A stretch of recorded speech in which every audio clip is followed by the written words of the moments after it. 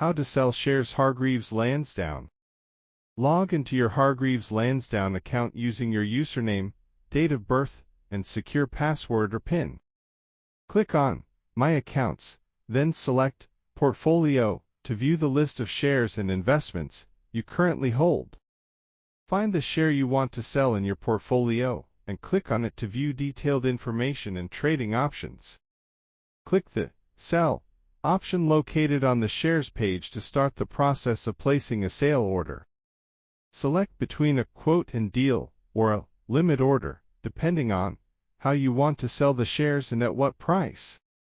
Enter the number of shares to sell or select the full holding, then review the estimated value of the sale.